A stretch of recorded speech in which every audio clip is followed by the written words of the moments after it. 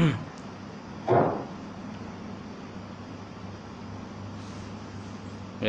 boleh.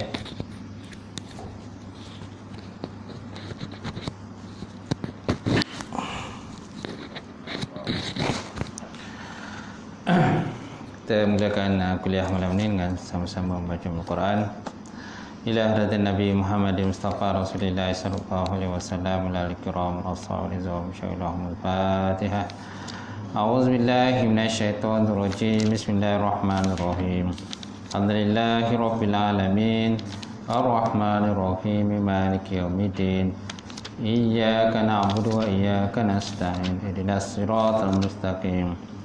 Siratal ladzina an'amta 'alaihim ghairil maghdubi 'alaihim waladdallin. Amin. Assalamualaikum warahmatullahi taala wabarakatuh. Alhamdulillahillazi hadana li hadza wa ma kunna linahtadiya laula an hadanallah. Asyhadu an la ilaha illallah wahdahu la syarika lah wa asyhadu anna Muhammadan 'abduhu wa rasuluh. Allahumma salli wa sallim ala sayyidina wa nabina wa habibina wa maulana Muhammad imamil muttaqin wa qadun du'al mujahidin wa ala alihi wa sahbihi wa man da'a bi da'watihi wa sanna bi sunnatihi ila yaumil. Rabbi israh li sadri wa yassir li amri wa hlul 'uqdatam min lisani yafqahu qawli. Subhanaka la ilma lana illa ma 'allamtana innaka antal alimul hakim. Wala haula wala quwwata illa billahil aliyyil azim. Qala Allah Subhanahu wa ta'ala fi kitabil azim ba'da auzubillahi minasyaitonir rajim. Yarfa'illahu allazina amanu minkum wallazina utul ilma darajat. Maksudnya Allah Subhanahu wa ta'ala mengangkat orang-orang yang beriman dan berilmu di kalangan kamu akan beberapa derajat. Wa qala Nabi sallallahu alaihi wasallam bada Islam ghariban wa sya'uru ghariban kama bada fatuba lil ghuraba. Maksudnya Islam itu bermula dalam keadaan asing dan dia akan terus menjadi asing, dan berbahagialah orang yang asing. Baik, insyaallah yang mati fadil tu imam kita, suruhnya mati Tuan Bilal, kemudian Tuan Siap, pengurusi masjid ada, tak ada? Ya, tangkuasa masjid, muslimin muslimat yang dirahmati Allah. Alhamdulillah kita panjatkan puji syukur Allah Ta'ala kerana sekali lagi malam ni kita dapat bersama untuk ikuti pengajian kita, pengajian bab tauhid ataupun bab akidah dalam tajuk beriman kepada Rasul. Beriman kepada Rasul. Baik. Apakah dikatakan beriman pada Rasul? Apakah dikatakan beriman pada Rasul? Kemudian apakah hikmah daripada diperutuskan Rasul dan tugas-tugas Rasul? Baik, beriman kepada Rasul adalah suatu tuntutan syarak dan menjadi salah satu daripada rukun-rukun iman yang 6. Dia adalah merupakan suatu tuntutan syarak, tuntutan agama lah. Dan menjadi salah satu daripada rukun iman. So maknanya kalau kita tak percaya kepada Rasul, maknanya akidah kita tu tak betul lah, tak sempurna lah akidah kita itu. Malahan kita boleh dicap sebagai orang yang kafir, orang yang tidak beriman kepada Allah Subhanahu Wa Taala. Walaupun pada dasarnya kita tak beriman pada Rasul, tapi beriman pada Rasul pun ada kait-mengait dengan beriman kepada Allah Subhanahu Wa Taala. Kerana Rasul itu dilantik oleh Allah Subhanahu Wa Taala. So makna kalau kita tak beriman pada Rasul, makna kita tidak beriman dengan Allah Taala juga. Baik. Kemudian beriman kepada Rasul boleh dilakukan dengan dua cara ataupun dua kaedah. Yang pertama secara ijmal, yang kedua secara tafsil. Pertama secara ijmal, yang kedua secara tafsil. Baik, macam mana kan dikatakan secara ijmal? Percaya pada Rasul secara ijmal, maknanya secara ringkas. Yang kedua, beriman percaya pada Rasul secara tafsil, terperinci. Kalau ijmal ni secara ringkas sajalah, tidaklah secara detail kita percaya pada Rasul itu. Mana ada secara hidup dia kita tak percaya. Kita percaya tapi tidak secara detail lah. Tapi dalam konteks kita percaya kepada Rasul ni secara tafsir, kita kalau boleh kita tahu secara terperinci kisah-kisah kehidupan para Rasul itu dan kepada kaum mana Rasul itu diutuskan oleh Allah Subhanahu wa taala. Itu dikatakan beriman secara tafsil ataupun terperinci. Baik. Kemudian nama-nama Nabi dan Rasul yang disebutkan dalam Quran adalah seramai 25 orang. Nama-nama Nabi dan Rasul yang dinyatakan atau disebutkan dan dalam Quran adalah seramai 25 orang sahaja disebutkanlah. Tapi jumlah Nabi kalau ikutkan ada 124,000 orang Nabi. Sedangkan Rasul ada 313. Rasul ada 313.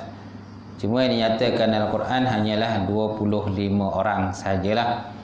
Seperti Nabi Adam alaihissalam, Nabi Nuh alaihissalam, Nabi Idris, Nabi Saleh, Nabi Ibrahim, Nabi Hud, Nabi Lut, Nabi Yunus, Nabi Ismail, Nabi Ishaq, Yakub, Nabi Yusuf alaihissalam, Nabi Allah Ayub alaihissalam, Nabi Shu'aib, Nabi Musa, Nabi Harun, Nabi Ilyasa, kemudian Nabi Zulkifli, kemudian Nabi Daud alaihissalam, Nabi Zakaria, Nabi Sulaiman, Nabi Ilyas, Nabi Yahya, Nabi Isa dan Nabi Muhammad sallallahu alaihi wasallam. Semana ada 25 orang nabi.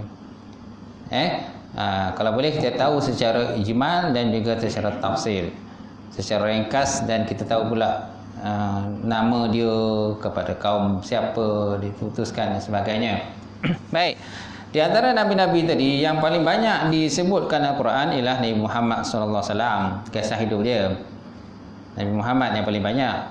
Kan tetapi ada juga nabi-nabi lain disebut secara banyak kali. Contohnya Nabi Adam alaihissalam banyak kali disebut.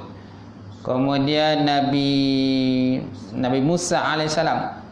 Nabi Musa alaihissalam banyak kali disebut kisah hidupnya, kisah dia dengan kaum Bani Israel.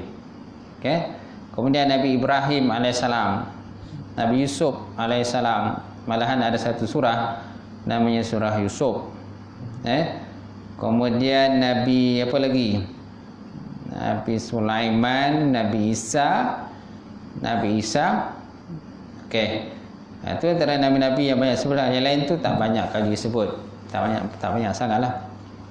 Tapi yang banyak ialah Nabi Muhammad sallallahu alaihi wasallam. Kerana Quran diturunkan kepada Nabi Muhammad, sudah tentu kan apa-apa saja yang berkaitan dengan sejarah hidup Nabi disebut Allah Ta'ala dalam Quran. Baik, kemudian setiap Nabi, apakah perbezaan antara Nabi dengan Rasul? Nabi ini ialah seseorang yang telah dilantik Allah Subhanahu Wa Ta'ala, yang mana disyariatkan untuk dia dan dia tidak perlulah menyampaikan kepada umat dia. Tapi kalau Rasul itu kan dia wajib menyampaikan kepada umatnya. Bukan saja syariat tu dia kena amalkan, malahan dia juga kena menyampaikan kepada umat dia. Oleh itu kan setiap Rasul itu adalah Nabi, dan bukan setiap Nabi itu adalah Rasul. Setiap Nabi bukan Rasul, malahan tetapi setiap Rasul itu merupakan Nabi. Itu disebutkan dalam kaedah. Dalam kaedah disebutkan umum khusus min wajhin. Umum khusus min wajhin. Disebut dalam kaedah Arab lah. Maksudnya setiap Nabi itu bukannya Rasul, tetapi setiap Rasul itu adalah Nabi. Itu disebut dalam kitab Turas pun disebut. Dalam kitab Aqidatul Najin pun disebut. Di mana kitab Aqidatul Najin ini dikarang oleh Syekh Muhammad bin Abdullah Al-Fatani. Beliau ada menghuraikan sedikitlah berkenaan dengan kalimat umum khusus min wajihin. Baik. Kemudian dalam surah Al-An'am ayat 83 hingga 86 ada disebutkan bahawa seramai 18 orang nabi dan rasul. Seramai 18 orang disebutkan.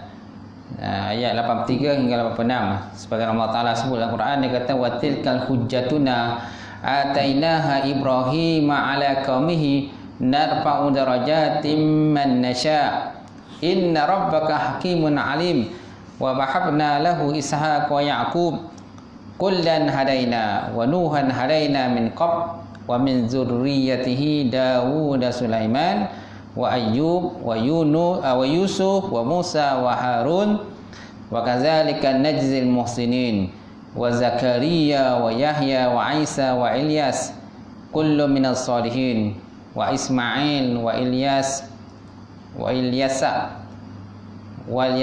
wal Yunus wa Lut wa kullan faddalna 'alal alamin. Surah Al-An'am ayat 83 dan 86. Maksudnya apa? Watilka hujjatuna, dan itulah dia hujjah ataupun bukti kami. Atainaha, yang mana kami utuskan, kami datangkan akannya, iaitulah Nabi Ibrahim alaihissalam ala qaumihi, kepada kaumnya. Ibrahim diutuskan kepada kaumnya. Kemudian narfa'u darajatin man nasya, kami angkat akan beberapa derajat kepada sesiapa yang kami kehendaki. Inna rabbaka hakimun alim, sesungguhnya Allah Subhanahu wa taala itu ataupun Tuhan engkau itu hakim, maha bijaksana, halim lagi maha mengetahui. Wa wahabna lahu ishaq, dan kami juga mengutuskan ataupun memberikan pada kami itu ialah Nabi Ishaq, wa Yaqub, dan Nabi Yaqub. Kullan hadaina, setiap mereka itu kami beri hidayah kepada mereka itu. Wa Nuhan hadaina min qabl, dan begitu juga kami utuskan kepada kamu itu iaitulah Nabi Nuh alaihissalam min qabl, daripada sebelum Nabi Muhammad sallallahu alaihi wasallam. Wa min zurriyyatihi, dan daripada zuriatnya Dawud dan Sulaiman, terdapatnya Nabi Daud alaihissalam dan juga Nabi Sulaiman, wa Ayyub, dan Nabi Ayyub, wa Yusuf, dan Nabi Yusuf, wa Musa wa Harun, Nabi Musa dan juga Nabi Harun. Wa kadzalika najzil muhsinin, dan demikianlah kami membalas orang-orang yang berbuat ihsan. Wa Zakaria wa Yahya, dan juga Nabi Zakaria dan juga Nabi Yahya, wa Isa, dan Nabi Isa, wa Ilyas, dan Nabi Ilyas. Kullu minas salihin, setiap mereka itu termasuk di kalangan orang yang soleh. Wa Ismail, dan juga Nabi Ismail, wal Yasa, dan Nabi Ilyasa, wal Yunus, dan Nabi Yunus, wa Lut, dan Nabi Lut. Wa kullan faddalna 'alal alamin, dan setiap mereka itu kami lebihkan di atas sekalian alam. Di atas sekalian alam. Sebenarnya disebut di sini tekan bahawa terdapat 18 nama lah. 18 nama. Akan tetapi nama-nama Nabi lain disebut dalam surah-surah yang lain, dalam ayat lain sebutkan. Contohnya Nabi apa lagi? Nabi Adam. Disebutkan dalam surah Ali Imran ayat 33. Innallaha astafa Adam wa Nuhan wa ala Ibrahim wa ala Imran 'alal alamin. Sesungguhnya Allah Subhanahu wa taala telah memilih Nabi Adam alaihissalam, wa Nuh, dan Nabi Nuh, wa ala Ibrahim, dan juga keluarga Nabi Ibrahim, wa ala Imran, dan keluarga Imran, 'alal alamin, di atas sekalian alam. Di atas sekalian alam. Maknanya mereka punya kelebihan lah berbanding dengan orang-orang yang lain. Kemudian dalam surah Maryam disebut tentang Nabi Idris. Sebagaimana Allah Taala sebut dalam Quran, wazkur fi kitab Idris innahu kana siddiqan nabiyya. Wazkur, dan sebut oleh kamu. Sebut oleh kamu fil kitab Idris, di dalam kitab, mana kitab dalam Quran lah. Idris akan Nabi, berkenaan dengan Nabi Idris alaihissalam, innahu kana siddiqan nabiyya. Sesungguhnya Nabi Idris itu dia merupakan seorang yang siddiq, orang yang benar, kemudian Nabiya, dan dia juga merupakan seorang nabi. Okey, Nabi Idris alaihissalam. Kemudian Nabi Hud alaihissalam. Nabi Hud alaihissalam disebut dalam ayat 50 dalam surah Al-A'raf. Sebagaimana Allah Ta'ala sebut, dia kata wa ila 'adin akhahum huda, dan kepada kaum 'Ad itu kami utuskan mereka, saudara kamu itulah Nabi Hud alaihissalam. Nabi Hud alaihissalam. Kemudian wa ila Samud akhahum Salihah, dan kepada kaum Samud kami utuskan saudara kami itulah Nabi Saleh alaihissalam. Jadi Nabi Saleh utuskan kepada kaum Samud, bukan Samud. Samud lain. Samud. Kaum Samud Sedangkan Nabi Hud tadi utuskan kepada kaum 'Ad. Kemudian Nabi Syuaib kepada siapa? Wa ila Madyana akhahum Syuaiba, dan kepada kaum Madian kami utuskan Nabi Syuaib alaihissalam. Kemudian wa Ismail wa Idris wa Zulkifli kullum minas sabirin, dan Nabi Ismail, Nabi Idris dan Nabi Zulkifli, setiap mereka itu daripada kumpulan orang yang sabirin. Kemudian keringkasannya tuan, kebanyakan pada Nabi ini utuskan kepada kaum Bani Israel sebenarnya. Banyak utuskan kepada kaum Bani Israel. Itu sebabnya Quran banyak sebutkan perkataan ya Bani Israel. Ya Bani Israel, wahai anak-anak Israel. Anak Israel itu siapa? Anak cucu kepada Nabi Allah Yaqub alaihissalam. Nabi Allah Yaqub alaihissalam. Itu digelar mereka itu sebagai kaum Bani Israel. Akan tetapi kaum Bani Israel ini tahulah, walaupun banyak Nabi diutuskan kepada kaum Bani Israel, tetapi kaum Bani Israel ini adalah kaum yang bega jugalah, istilah kata ni. Bega, dogi kan. Walaupun diutuskan banyak Nabi, tapi ramai juga antara mereka tadi ingkar kepada apa yang telah disampaikan kepada mereka. Malah dalam Quran pun nyatakan banyak kelebihan yang mereka dapat. Contohnya mereka dikurniakan Nabi Musa alaihissalam. Kemudian mereka juga dikurniakan seperti al-manna was-salwa. Ketika mereka sesat di padang teh selama 40 tahun, mereka dikurniakan makanan namanya al-manna was-salwa. Wazalna alaikumul manna was-salwa. Manna was-salwa ni ialah satu makanan. Manna ni ialah satu makanan yang berupa madu yang turun daripada langit. Kemudian salwa ni merupakan daging burung puyuh lah. Itulah makanan mereka ketika mereka itu sesat di padang teh selama 40 tahun. Okey. Tapi walaupun begitu, mereka banyak tak puas hati. Walaupun mereka ni dikurniakan nikmat yang banyak Allah Ta'ala, tapi banyak kalau mereka itu ingkar jugalah. Kemudian mereka juga dikurniakan dengan air yang terpancar. Yang ketika Nabi Musa mengetuk air tadi kan, mengetuk batu tu dengan tongkat dia kan, ketika mereka tersesat di padang teh. Jadi Allah Ta'ala perintah Nabi Musa supaya mengetuk batu dengan tongkatnya. Bila diketuk batu dengan tongkat, fan fajarat minhu isnata asyarata aina, maka terpancar dah daripadanya itu 12 mata air. 12 mata air. Dan setiap suku tu mendapat bahagian mereka. So dia ada 12 suku. Jadi masing-masing tadah lain lah untuk diberikan minum kepada kaum mereka. Okey. Kemudian Allah Ta'ala juga menyelamatkan kaum Nasai daripada Fir'aun. Di mana Fir'aun telah pun tenggelam di Laut Merah. Ketika Fir'aun bersama dengan bala tenteranya mengejar Nabi Musa alaihissalam bersama kaumnya Bani Israel, Allah Ta'ala perintah Nabi Musa supaya mengetuk tongkatnya ke laut. Maka dia ketuk tongkat ke laut, maka terbelahlah laut. Bila laut terbelah, maka Allah Ta'ala perintahkan kepada Musa dan kaumnya supaya menyeberangi Laut Merah. Ketika Laut Merah tu masih dalam terbuka tu kan. Bila mereka dah sampai ke seberang, kemudian Fir'aun pun kejar mereka. Fir'aun sampai tengah-tengah, maka Allah Ta'ala perintahkan supaya laut tu kembali bertaut semula. Semana tu antara nikmat kaum Bani Israel yang mereka terima. Mereka terima nikmat tadi. Tapi sayangnya kan masih lagi dalam kalangan mereka tu ada yang ingkar kepada Allah Subhanahu Wa Taala. Kemudian ketika zaman Nabi Musa alaihissalam juga kaum yang pro kepada Firaun ialah kaum Kipti. Sedangkan kaum yang pro kepada Bani Israel kepada Nabi Musa alaihissalam ialah kaum Bani Israel. Ketika pada zaman Nabi Musa alaihissalam dan juga ketika zaman Firaun, Allah Subhanahu Wa Taala telah banyak menurunkan bala bencana jugalah kepada kaum Kipti dan juga Firaun.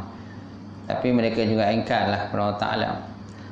Sebagaimana Allah Taala sebut dalam Quran, dia kata wa asanna alaihim tufana wal jarad wal kumal wal dafade wad dam ayatun mufassilat fastakbaru fakanu minal mujrimin.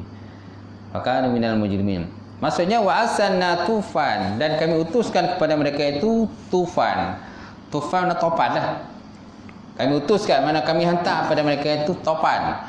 Wal jarad, dan kami hantar pada mereka itu belalang. Wal kumal, dan kami juga hantar pada mereka itu kumal. Kumal ni kutu-kutu.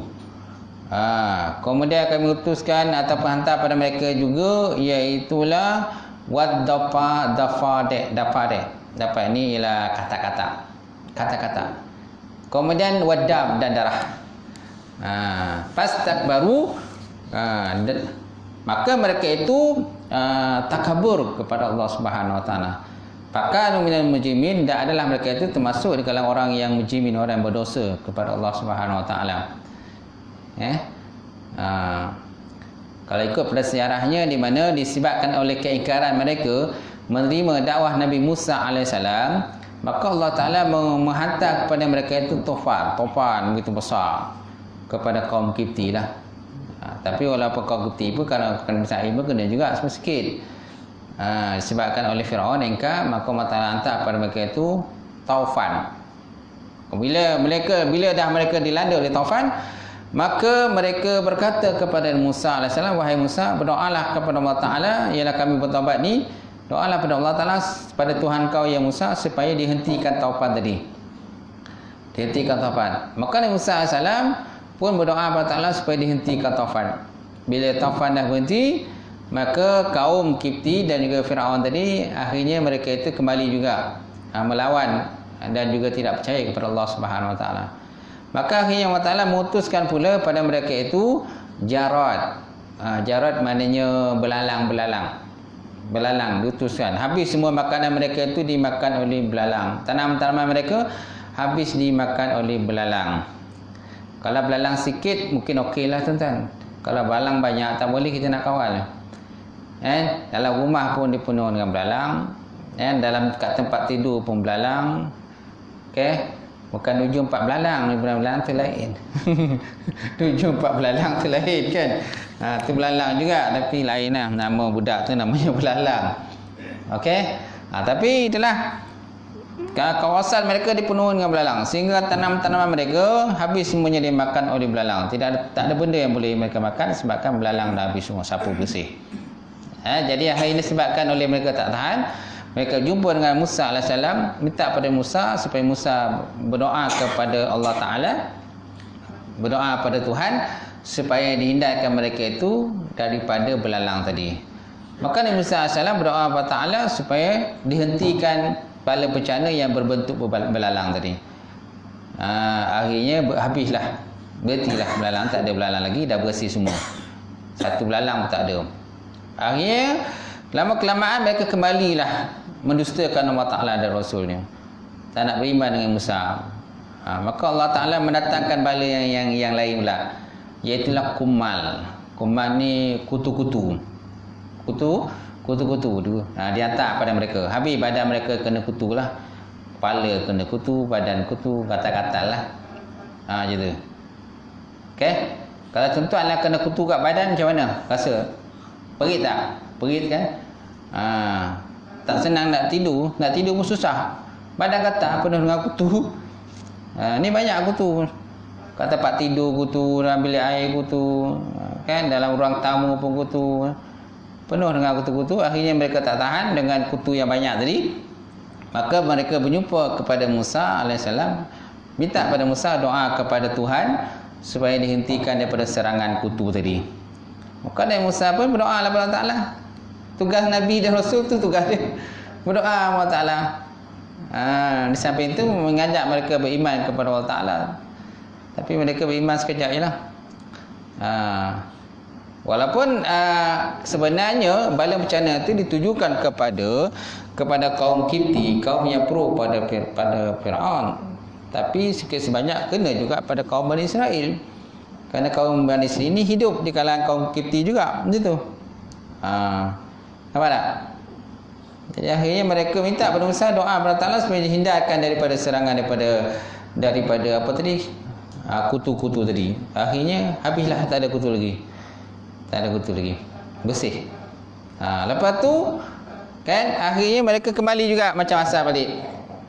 Mereka tetap tak nak beriman kepada Allah Subhanahu Wa Taala, melakukan dosa dan juga maksiat kepada Allah Taala. Maka akhirnya Allah Subhanahu Wa Taala datangkan kepada mereka itu dafadek. Dafadek ini maknanya kata-kata. Dia penuh dengan kata-kata pula. Dalam rumah penuh dengan kata, dalam bilik air kata, dalam piuk pun kata, dalam piuk pun kata, tempat tidur pun kata, kan keluar rumah, dalam rumah dia penuhi dengan kata-kata. Kata tu bukan kata kecil, kata besar tu, kata robot tu. Tahu tak kata robot? Kata yang kuang tu kan. Kalau time hujan kan macam tu lah bunyi kan. Kata itulah yang menyerang mereka. Dia penuhi dengan rumah mereka dengan kata, sehingga kan mereka tak selesa, kan nak tidur bersusah. Kenapa? Tempat tidur dipenuhi dengan kata. Macam tu. Kalau sikit kata mungkin mereka boleh tangkap kata tu, goreng dan sebagainya, buat lauk. Tapi kalau kata dah terlampau banyak, macam mana? Dah tak boleh kawal lah kata tadi. Tak selesa lah kehidupan mereka. So akhirnya mereka jumpa pada Musa alaihissalam semula dan minta pada Musa alaihissalam supaya berdoa kepada Allah Subhanahu Wa Taala supaya dihilangkan gangguan daripada kata-kata tadi. Maka Nabi Musa alaihissalam berdoa kepada Allah Taala minta supaya dihindarkan daripada dihilangkan gangguan daripada kata. Maka akhirnya kata pun hilang kata, tak ada kata lagi. Tuan-tuan. Kemudian akhirnya mereka kembali semula. Itulah perangai mereka. Kaum Bani Israel pun macam tu juga perangai mereka. Walaupun mereka dah banyak mendapat kelebihan-kelebihan, rezeki, kurnia-kurniaan daripada Allah Subhanahu Wa Taala, tapi akhirnya mereka macam itulah perangai dia. Macam tu. Jadi akhirnya bila Allah Ta'ala menghilangkan mereka itu daripada gangguan kata, kemudian mereka kembali semula engkar kepada perintah Allah Subhanahu Wa Ta'ala, tuan-tuan. Akhirnya mereka diserang pula tentang darah pula. Darah pula menyerang mereka. Apa maksud diserang dengan darah? Air yang mereka minum itu menjadi darah. Air yang mereka minum itu menjadi darah. Kan? Permulaan dia nampak okey je. Tapi bila buka paip macam kita paip kan, buka paip je. Tengok yang keluar tu darah. Akan tetapi bagi kaum Bani Israel pula, bila mereka minum air tadi, air itu tak jadi darah. Tapi bila kaum Kipti minum air itu bertukar menjadi darah. Jadi susahlah. Sebab kita macam kita zaman sekarang kan, kita memerlukan air yang bersih kan untuk kita minum. Air yang bersih untuk kita minum. Kalau air dia jadi darah, macam mana kita nak minum? Itu juga benda yang kena kepada kaum Bani Israel, kaum Kipti tadi. Akhir mereka itu diserang dengan darah. Jadi air perigi ke, air paip ke, air apalah, air apa lagi, air kolam ke, air sungai ke, kan semua air tadi bertukar menjadi darah. Jadi susahlah mereka nak minum. Tuan-tuan, air contoh kalau air teh ke apa, permulaannya mula-mula tu memang mereka buat tu seperti macam air teh. Tapi bila time mereka nak minum tu dah tukar jadi darah pula. Macam tu tuan. Itu antara bentuk-bentuk bencana dan azab yang diturunkan oleh Allah Subhanahu Wa Taala pada zaman Nabi Musa alaihissalam tu tuan. Apa kena tu? Kau jawab okey, kau jawab tak okey. Okey dah. Nah. Ni dah mana lagi satu dua ni. Ada dua.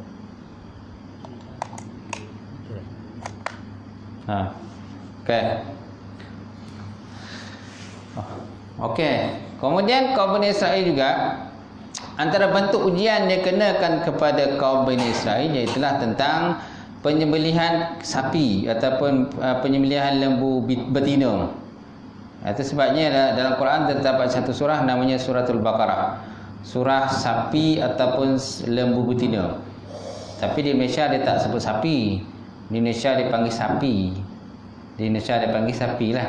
Tapi Malaysia pun bukan semua tempat nama sapi pun tak ada. Ada tempat lain dia tak panggil sapi pun. Tapi kalau di Malaysia ni namanya lembu. Namanya lembu betina kan. Di mana kisah lembu betina ini yang mana asalnya berpunca daripada salah seorang daripada kaum Bani Israel telah pun dibunuh oleh anak saudaranya. Dibunuh oleh anak saudaranya. Kan ada terjadi kata macam perbalahan sikitlah di kalangan Bani Israel tadi. Ada seorang anak saudara ni tadi pada kaum tadi, lelaki tadi, dia telah membunuh bapa saudaranya. Kerana bapa saudaranya tadi dia adalah kisah sebalik itu menyebabkan dibunuh bapa saudaranya. Kemudian mayat bapa saudara tadi diletakkan kepada salah satu rumah kaum Bani Israel. Bila tuan rumah tu keluar daripada rumah dia tengok ada mayat di depan rumah dia. Ada mayat di depan rumah dia. Maka dia pun bertanyalah kepada orang ramai, kan, siapa yang bunuh ni? Siapa yang bunuh lelaki ni? Kemudian yang walai pula katakan ni tuan yang bunuh. Sebab ni mayat di depan rumah tuan dia kan. Jadi akhirnya mereka berbalah-balah, bergaduh-gaduh sampai tingkatan berbunuhan pula. Jadi akhirnya salah seorang daripada mereka berkata, bukankah di kalangan kita ini terdapatnya Musa alaihissalam? Apa kata kita jumpa dengan dia, pergi jumpa dengan dia, kita tanya dengan pandangan dia berkenaan dengan lelaki yang telah dibunuh ni. Mungkin kita dapat cari jalan penyelesaiannya lah, tentang siapakah yang telah membunuh lelaki tadi lah. Tuan-tuan, maka Nabi Musa AS pun datanglah, dan mereka bertanya pada Musa, wahai Musa, kan telah terjadi pembunuhan seorang lelaki daripada kami, dan kami tak tahu siapakah yang membunuh dia. Boleh tak kau minta kepada Allah Ta'ala supaya Allah Ta'ala ni Tuhan bagi petunjuk pada engkau, supaya engkau dapatlah beritahu pada kami cara dan kaedah tertentu supaya kami dapat mencari pembunuh kepada lelaki tadi. Maka Nabi Musa AS berdoa Allah Ta'ala, maka Allah Ta'ala bagi petunjuk pada dia. Maka Musa kata, aku diperintahkan supaya kamu semua mencari seekor lembu betina, seekor lembu betina, dan betina itu nak kamu sembelih, dan ekornya itu naklah dipukulkan kepada mayat lelaki yang telah dibunuh tadi. Mayat lelaki telah pun dibunuh. Okey. Akan tetapi kaum Bani Israel tadi, mereka tak nak segera melaksanakan arahan tadi. Masalah dia, kalau seandainya mereka segera melaksanakan arahan tadi, cari je mana-mana lembu betina kan selesai. Mereka sembelih dan mereka pukulkan ekor dia kepada jenazah ataupun mayat tadi telah mati tadi. Tapi mereka tidak buat begitu. Mereka bertanya pula kepada Musa, wahai Musa, bagaimanakah bentuk lembu itu? Bagaimanakah warna lembu tadi? Adakah dia belang-belang ke, tak belang-belang ke? Warna dia macam mana? Adakah digunakan untuk membajak sawah ke tak membajak sawah dan sebagainya? Okey. Jadi banyaklah persoalan-soalan diajukan kepada Musa AS. Maka Nabi Musa pun menyatakanlah tentang sifat-sifat lembu tu macam mana. Akhirnya mereka dapat juga lembu tu, tetapi mereka terpaksa membayar dengan harga yang tinggi. Daripada mereka dapat daripada seorang budak yang menternak lembu, kan? Tetapi mereka terpaksa membayar dengan harga tinggi, dengan harga sepenuh emas dalam perut lembu. Sepenuh emas dalam perut lembu. So mana besarlah emas tadi. So nak nyata pada kita, maknanya pada zaman tu pun dah ada emas. Dah ada emas. Bukan zaman kita ada emas dah, zaman dulu pun dah ada dah. Dan antara punca terjadinya perbalahan pergaduhan manusia ni, antara sebabnya ialah emas lah. Emas lah menyebabkan mereka bergaduh balah.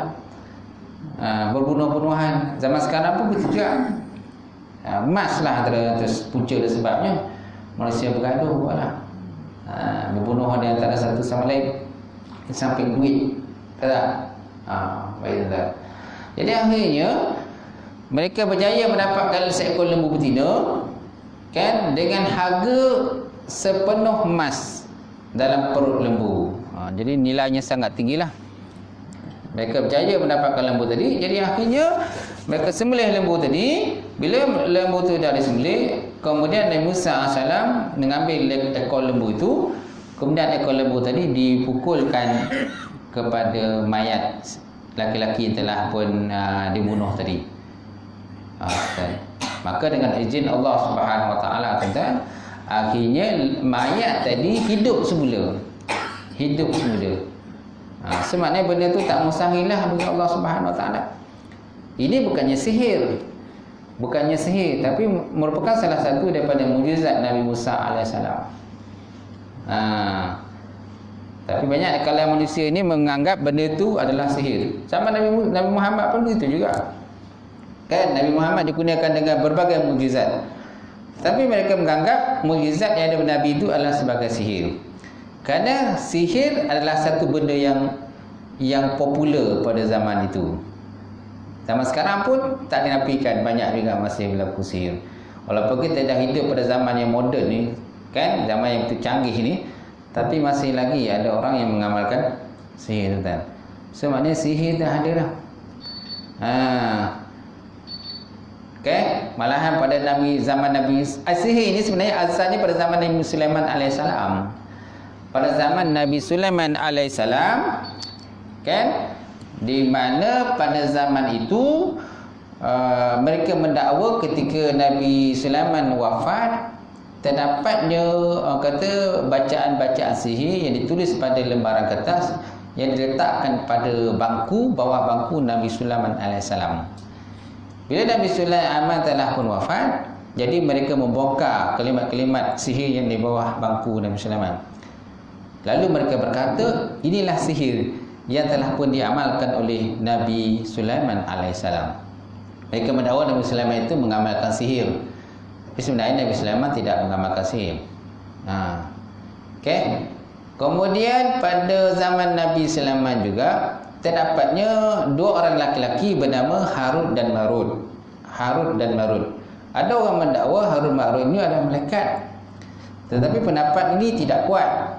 Pendapat yang kuat menyatakan Harut dan Marut ini merupakan dua orang yang soleh. Dua orang yang soleh yang telah pun diajarkan oleh orang yang terdahulu berkenaan dengan ilmu sihir. Berkenaan ilmu sihir. Kan? Ilmu sihir yang ada pada Harut Marut tadi lalu diajarkan kepada kaum mereka pada zaman itu, pada zaman Nabi Sulaiman alaihissalam itu. Tujuannya diamalkan tadi, tujuan diajar itu bukan supaya orang itu mengamalkan, tidak. Tujuan sihir, ilmu sihir itu diajar kepada mereka, pada kaum pada masa itu adalah supaya mereka itu faham itulah dikatakan sebagai sihir. Itu adalah sihir. Mereka ajar supaya itulah sihir, tapi bukan diajar untuk mereka itu mengamalkan. Bukan. Tapi akhirnya mereka menyalahgunakan. Sebab bila ilmu tu dah tahu, sayanglah tak amalkan, tahu tak? Ilmu dah tahu, sayanglah tak amalkan. So akhirnya kalau mereka tu ada yang mengamalkan sihir. Sampailah sekarang ni masih ada di kalangan manusia ini yang mengamalkan ilmu sihir, tuan-tuan. Baik, kita kembali pada kisah tadi. Kemudian Nabi Musa AS mengambil ekor bakarah itu, lembu betina yang telah sembelih tadi, kemudian dipukulkan kepada mayat tadi. Maka dengan izin Allah Subhanahu Wa Taala mayat itu hidup. Kemudian Nabi Musa AS bertanya kepada mayat itu yang telah hidup tadi, siapakah pembunuh kamu? Nah, siapakah pembunuh kamu? Maka lalu dia menunjukkan si Fulan, kata. Si Fulan mana? Anak saudara dia. Anak saudara sendiri yang membunuh bapa saudara dia. Tak boleh harap tu kan. Itu benda tak mustahil, benda berlaku. Zaman sekarang pun banyak juga kadang adik-beradik pun bunuh-bunuhan. Salah satunya sebabkan oleh harta kan. Harta ni boleh menggelapkan manusia. Macam tu. Orang berbaik pun boleh jadi bergaduh. Itu juga dengan pangkat dan kedudukan, jawatan kan. Kawan boleh menjadi lawan. Kalau sebelum ini berkawan baik disebabkan oleh pangkat dan kedudukan, akhirnya boleh bergaduh, berbalah. Dan sebagainya tu kan. Baik. Dan seterusnya kita kembali pada tadi. Masuk syarah. Dah masuk dah. Kejap kejap dah masuk. Baik, kemudian tentang Nabi Muhammad SAW disebutkan dalam ayat Quran. Contohnya ayat Quran menyebut Muhammadur Rasulullah wallazina ma'hu ashidda wal kufar ruhama'u bainahum. Surah Al-Fat ayat 29. Muhammadur Rasulullah, Muhammad itu Rasulullah. Wallazina ma'hu, orang-orang yang bersama dengannya, ashidda wal kufar, bersikap tegas terhadap kufar, orang-orang yang kafir. Ruhama'u bainahum, sedangkan orang yang muslim, orang yang beriman kepada Allah Ta'ala, mereka itu bersikap belas kasihan. Itu sifat yang ada kepada Rasulullah SAW. Nabi bersama dengan orang-orang yang beriman, mereka itu sentiasa belas kasihan, saya menyayangi itu lain. Sedangkan dengan orang kafir, mereka itu bersikap tegas terhadap orang yang kafir. Dan mereka tidak mengambil orang kafir itu sebagai wali, sebagai pemimpin. Masalah zaman sekarang ni, kalau kita ni mengambil orang bukan Islam sebagai pemimpin. Orang Islam ada tapi dia tak nak pakai. Dia ambil pakai orang yang bukan Islam. Baik. Kemudian Allah Ta'ala juga menyatakan tentang ciri Nabi. Antara ciri Nabi yang disebut dalam Quran seperti ayat surah At-Taubah. Laqad ja'akum tu. Laqad ja'akum rasulun min anfusikum azizun alaihi ma anittum harisun alaikum bil mu'minina raufur rahim fa in tawallaw faqul hasbiyallah la ilaha illa huwa alaihi tawakkaltu wa rabbul arsyil azim. Surah Taubah ayat yang ujung sekali tuan-tuan. Itu nak cerita tentang sifat Nabi. Laqad ja'akum rasul, sungguh telah datang kepada kamu itu rasul. Itulah Muhammad sallallahu alaihi wasallam, rasul. Azizun alaihi ma'anitum. Azizun alaihi ma'anitum. Sangat mempunyai sifat ciri-ciri sangat prihatin, sangat mengambil berat ma'anitum, sesuatu benda yang menimpa kamu. Azizun alaihi ma'anitum harisun alaikum bil mu'minin, sangat menginginkan kepada kamu itu supaya kamu itu beriman kepada Allah Subhanahu wa taala dan Rasul. Harisun alaikum bil mu'minin raufur rahim. Lagi sifat Nabi tadi rauf, maha pengampun, memaafkan. Lagi mukminin, lagi rahim, lagi maha bersifat belas ihsan. Lagi bersifat belas ihsan. Raufur rahim. Fa in tawallaw faqul hasbiyallah, maka jikalau kamu berpaling, faqul hasbiyallah, maka kata oleh kamu itu hasbiyallah, memadalah Allah Subhanahu wa taala. Dan ayat seterusnya lah. Jadi ayat ja'akum ini ialah satu ayat yang biasa kita dengar dan ayat ini sangat popular kan, laqad ja'akum ni.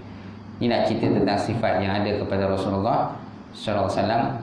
Sebabnya Nabi bila Nabi nak wafat, Nabi menyebut ummati, umatku.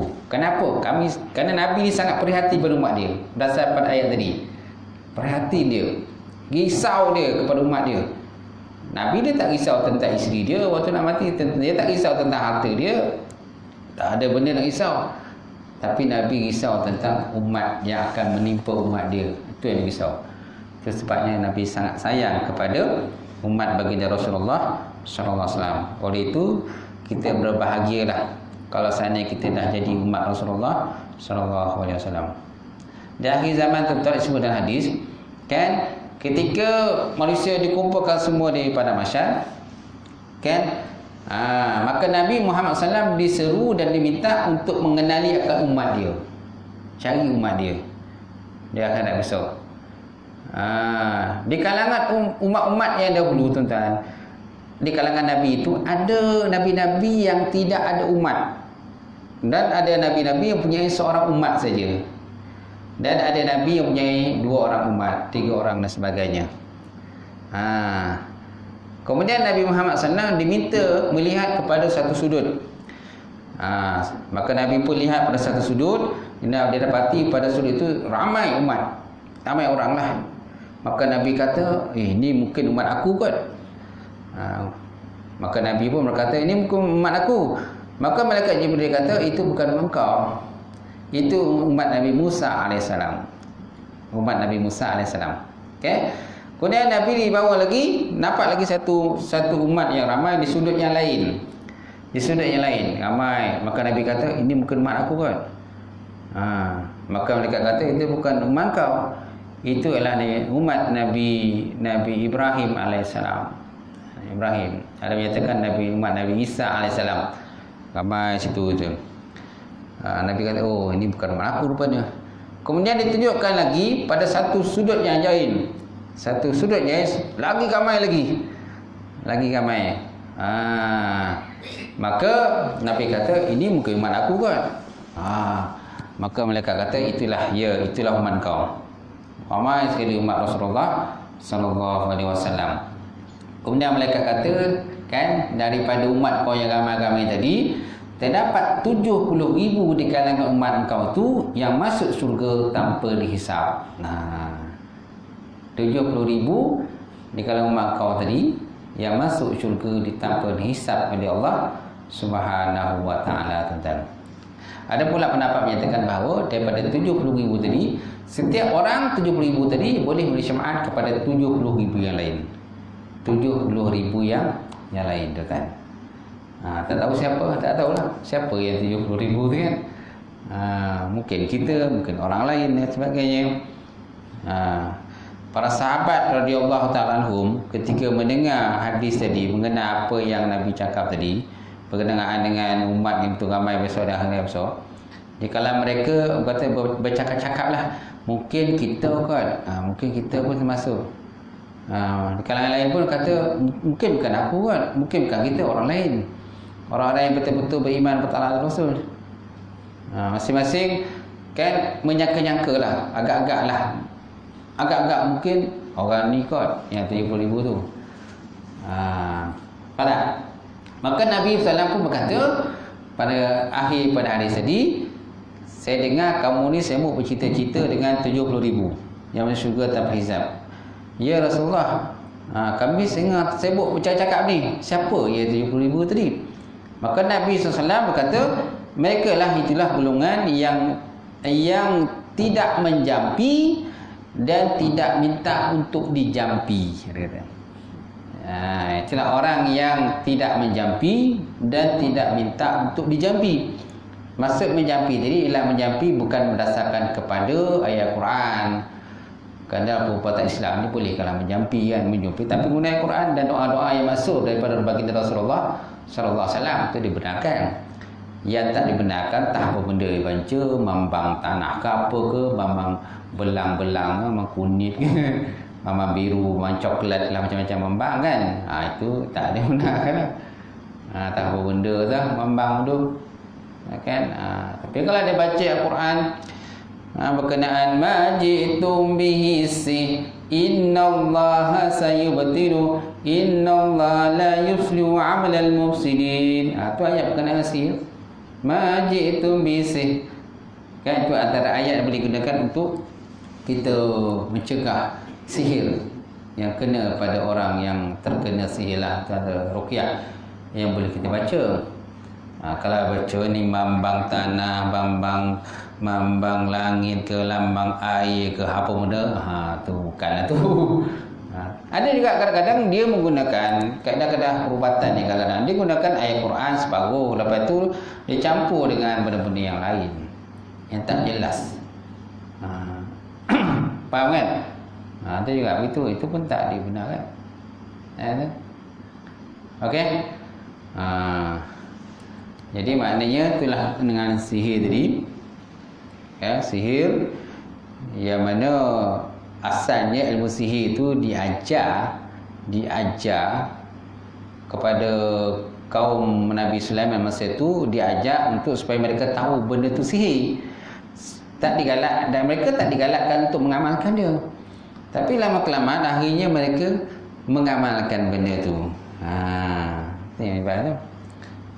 Kemudian berkenaan dengan sifat Nabi Muhammad SAW tadi, kan, dia sikap dia tegas kepada orang kafir, dan sikapnya lagi belas kasihan kepada orang yang beriman kepada Allah Subhanahu wa taala. Okey, habis takrif Nabi dan Rasul. Baik, kalau ada soalan daripada jemaah sebelum saya tutup, ada soalan? Ustaz, saya nak tanya.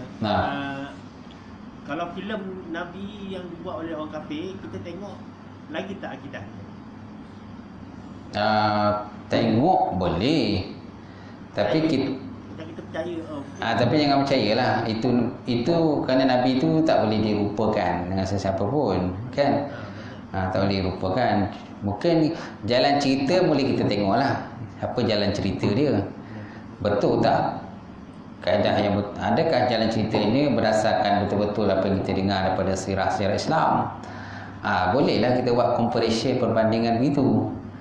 Tapi kalau kita nak etikadkan percaya bahawa Nabi itu begitu rupa dia, tak bolehlah. Tak bolehlah je tu. Kerana Nabi itu tak boleh dirupakan dengan sesiapa pun. Cuma kadang orang barat dia buat filem ni dia rupakan Nabi itu begini. Nabi Musa tu macam ni rupa dia. Kan? Berjambang dia Nabi. Filem tu lah. Berjambang. Ya tu. Tu ada filem yang terbaru tu. Saya tak ingat apa cerita. Anak saya tak boleh macam. Saya dah tengok. Ada yang filem Nabi Musa tu. Cerita apa dah? Tak ingat? Yang dikejar, Fir'aun kejar tu lah, laut sebelah tu, kan? Ada barang buat filem. Filem Nabi Nuh ni. Nabi Nuh. Dia buat, tapi dirupakanlah Nabi itu dengan seseorang lah, dengan pelakon dia lah. Siapa jadi pelakon dia? Itulah Nabi dia. Orang yang dilantik sebagai pelakon utama tu, itulah Nabi dia. Rupa dia macam tu. Sedangkan sepatutnya Nabi tak boleh kita rupakan sesiapa pun. Itu bukan Nabi. Okey. Ada lagi soalan? Tak ada? Okey, tak ada. Kita tutup. InsyaAllah akan datang sembang lagi. A'udzubillahi minasyaitonir rajim. Bismillahirrahmanirrahim. Alhamdulillahirabbil alamin wassalatu wassalamu ala asyrafil mursalin wa ala alihi washabbihi ajmain. Allahumma zidna ilman nafi'a wa yaqina as-sadiqa wa lam taqabbal rizqan halalan mubarakatan katsira. Wasiyana fataya alim nawilana qulubana bi nuri ma'rifataka wa ta'ala fa'arifin. Allahumma faqina bidin, Allahumma faqina bidin, Allahumma ijma'na hadza jama'al marhuma wa tafarraqna min ba'di tafarruqan ma'suma. Rabbana iftah bainana wa baina qaumina bil haqq wa anta al-fatih. Rabbana atina fid dunya hasanah wa fil akhirati hasanah wa qina azabannar. Subhana rabbika rabbil izzati amma yasifun, wassalamu alal mursalin, walhamdulillahi rabbil alamin. Taqabbalallahu minkum.